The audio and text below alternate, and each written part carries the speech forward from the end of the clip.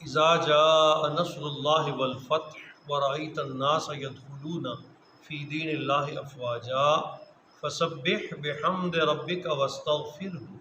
انہ کان توابا صدق اللہ مولانا العظیم وصلوا علی الحبیب اللہم صلی علی سیدنا مولانا محمد وآلہ وصحبہ وعترتہ اجمعین۔ اس سورہ مبارکہ کا نام النصر ہے، اور اس امر کی طرف واضح اشارہ ہے کہ اللہ کا حبیب صلی اللہ تعالی علیہ وسلم اپنے فرائض نبوت کو بحسن و خوبی انجام دینے کے بعد اپنے رب کے حضور میں مراجعت فرما ہونے سے پہلے اپنے جانثار غلاموں کو الوداع کہہ رہے ہیں۔ یہ وہ قرآن عظیم کی صورت پاک ہے جو سب سے آخر میں مکمل نازل ہوئی، مکمل نازل ہونے والی صورتوں میں سے آخری ہے۔ اس میں 1 رکوع ہے، 3 آیات ہیں، اس کے کلمات کی تعداد 19 ہے اور حروف کی تعداد 79 ہے، 79۔ ہجرت مکہ کے بعد مدینہ طیبہ سے جب سرکار دو عالم صلی اللہ تعالی علیہ وسلم مکہ تشریف لائے اور اس شان کے ساتھ آئے کہ وہ جو رات کے اندھیرے میں ایک ابو بکر کے ساتھ چھپ کے نکلے تھے، اللہ کی دی ہوئی طاقت اور تائید سے آج 10,000 کے لشکر جرار کے ہمراہ مکہ میں داخل ہو رہے تھے۔ اہل مکہ نے اتنا بڑا لشکر آج تک نہیں دیکھا تھا۔ ہر قبیلے کا اپنا اپنا رسالہ ہے، گھوڑوں اور اونٹوں پہ سوار ہیں، جسموں پر آئینی زنجیریں ہیں،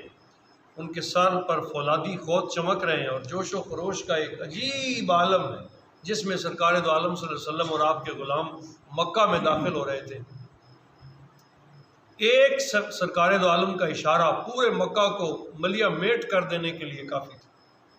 گردنیں اڑانے کے لیے کافی تھا۔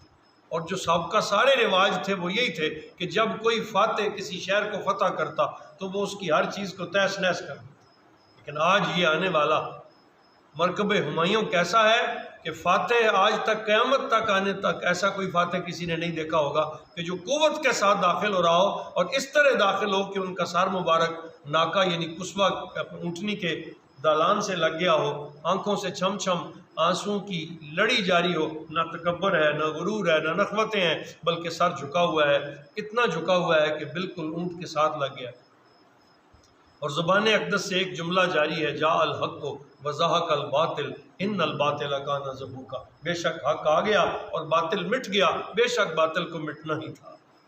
ہر قدم ناز پر امیدوں آرزوؤں کے چمن آباد ہو رہے ہیں۔ اس وقت جبریل امین یہ سورہ مبارکہ لے کر نازل ہوئے حضور علیہ الصلوۃ والسلام کی عین فتح مکہ کے وقت، اور بارگاہ رسالت میں حاضر ہو کر فتح و کامرانی کی تقریب منانے کا اللہ کی طرف سے الہی منشور عطا فرمایا کہ جب مسلمانوں کو فتح ملے ان کو اپنی فتح کیسے منانی چاہیے،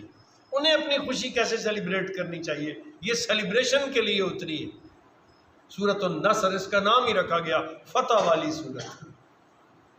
فرمایا اذا جاء نصر اللہ والفتح،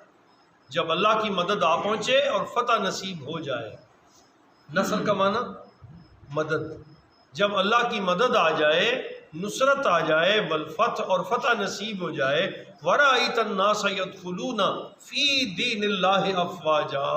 اور اے میرے حبیب آپ دیکھ لیں کہ لوگ جوک در جوک، گروہ در گروہ، پارٹی در پارٹی اللہ کے دین میں فوج در فوج داخل ہو رہے ہیں۔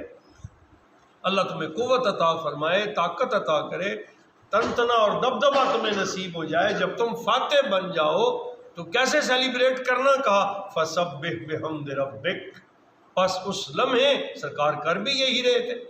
حضور علیہ الصلوۃ والسلام، بعض صحابہ کرام تھے